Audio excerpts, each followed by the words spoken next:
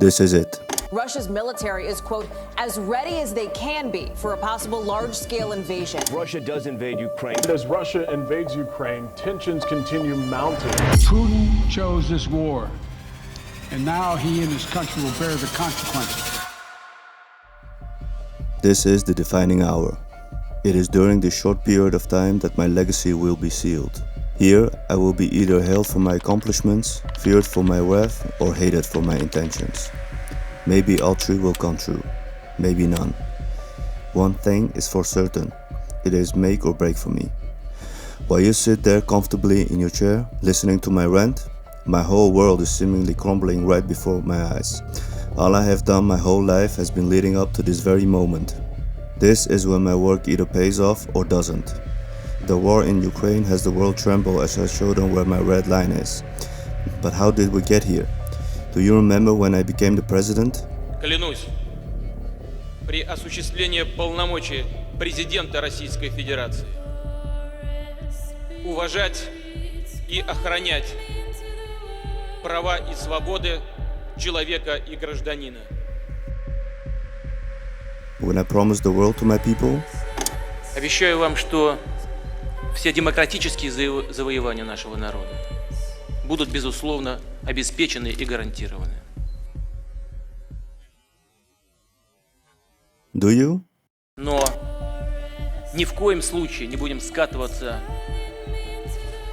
к агрессивным методам отстаивания наших интересов.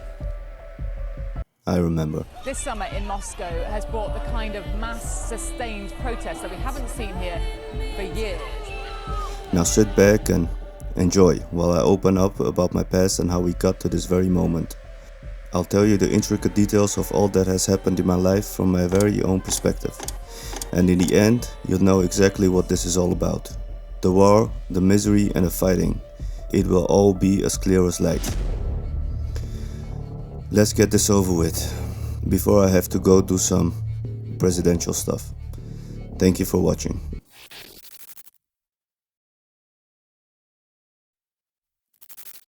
It's October 7th, 1952, in what we now call St. Petersburg.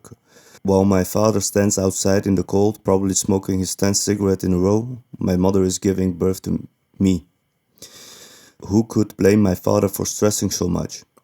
He lost my older sibling before I was born. No parent should have to deal with that.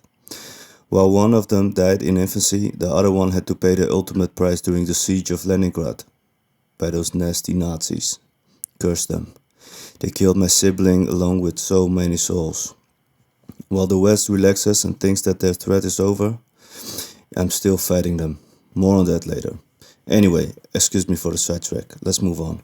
My mother was a factory worker and my father was what you Americans would call an ex-Marine, as he had fought against the Nazis until he got wounded in 1942. We used a numbering system to name our schools and I went to school numbered 193 at Beskov Lane near my house since 1960.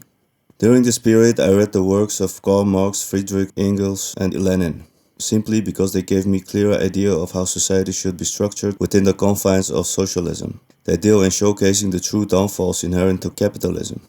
You might not think of me in this way, but I was quite interested in chemistry during my teenage years. This became more apparent by my active role in classes and assignments during my time in high school, where the teachers would applaud my enthusiasm and compliment me on the work I had done. The same school also taught me German, the language I used later in my life to change it forever.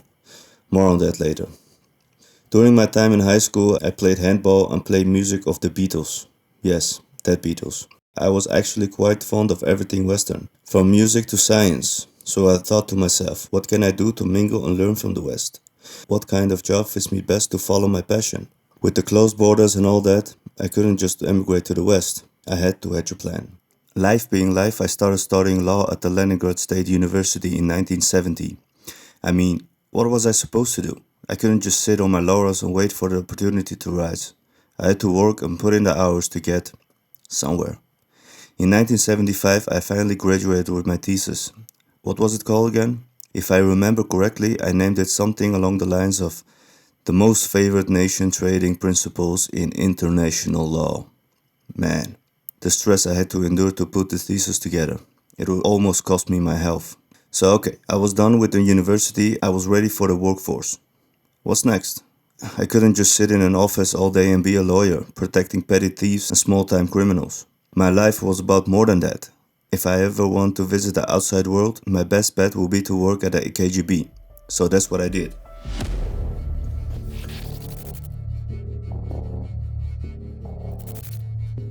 Being fluent in German, a hard worker, and showing the recruiters I was up to the task helped me a great deal.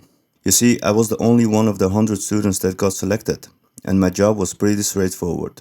The branch I was assigned to was responsible for recruiting foreigners who would work to gather information for KGB intelligence. And let me say this, I absolutely loved it. I learned manipulation tactics, learned how to interpret gathered information and actually make it useful. It was great, but it got even better.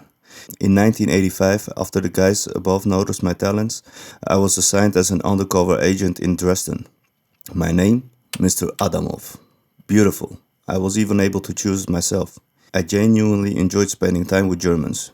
Maybe because I understood the German language unlike many other KGB agents, and respected the German culture. Moreover, I was a firm believer in the changes the Soviet leader Mikhail Gorbachev was beginning to introduce, which were supposed to be major improvements from the corrupt, inefficient bureaucracy that the Soviet Union had become during the last few decades. The ideas of Lenin might have been noble and workable in the past, but those times were long gone. It was time for something new, and something new we got.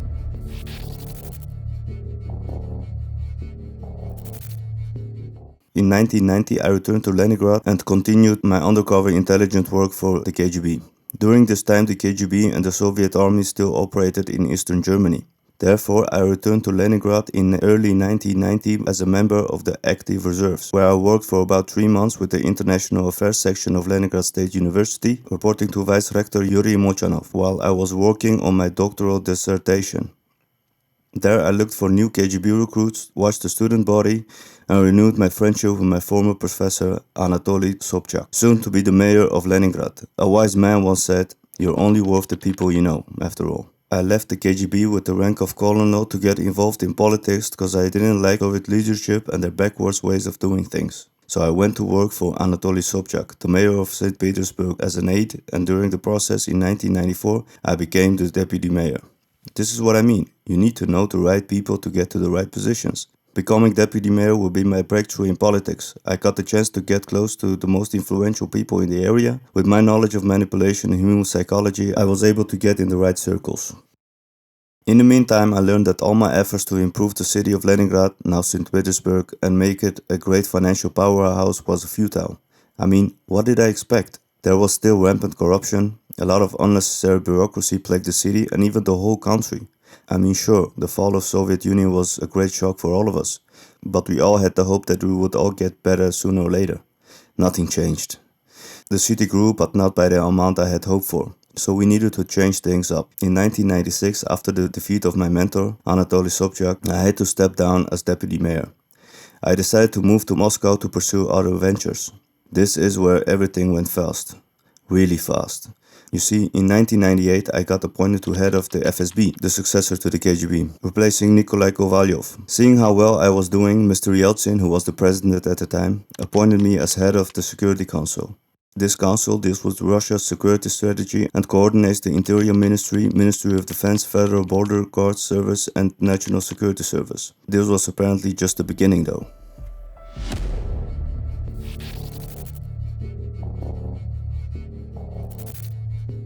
On the New Year's Eve in 1999, our dear president shocked the world by announcing his resignation. Mr. Yeltsin resigned as president this morning, telling the Russian people that he'd done all he can. In the meantime, he named me as acting president.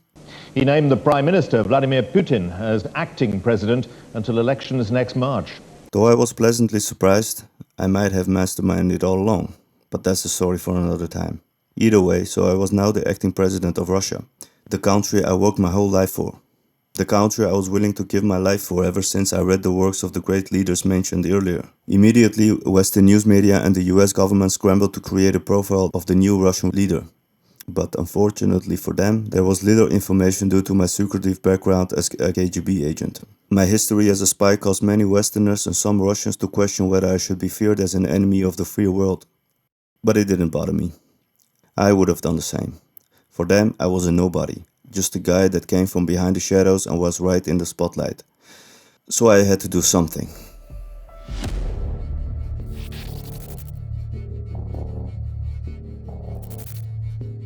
A few months before Mr. Yeltsin called it quits, some terrorist groups had infiltrated in Northern Caucasus to proclaim Chechnya as an independent state. Knowing what the people yearned for, I started scrambling all of the military power Russia had and showed those terrorists that I mean business.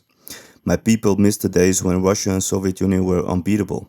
A strong country, which was a force to be reckoned with. So I remembered those terrorists what Russia was capable of. To put it simply, Grozny, the capital of Chechnya, got the same treatment Dresden got during World War II from the West. This city was actually called the most destructed city in the world. This show of strength cemented my place in the hearts of the Russian people. They needed a strong leader that would put Russia back on the map again. And with me at the helm, there was nothing stopping us. While diplomacy and good relations with the West have been one of my goals during my presidency, a show of strength every now and then keeps the people from ever thinking about revolting.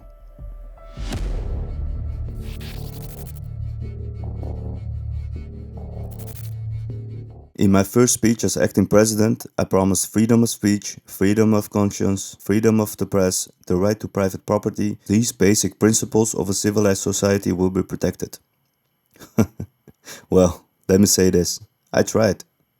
During these past 2 decades, a lot of things changed for my people. The economy has grown exponentially, my approval ratings have broken records after records. And yet, here we are, in the middle of a war and on the brink of being the pariah of the world. Why? Because sometimes you have to show your teeth to be taken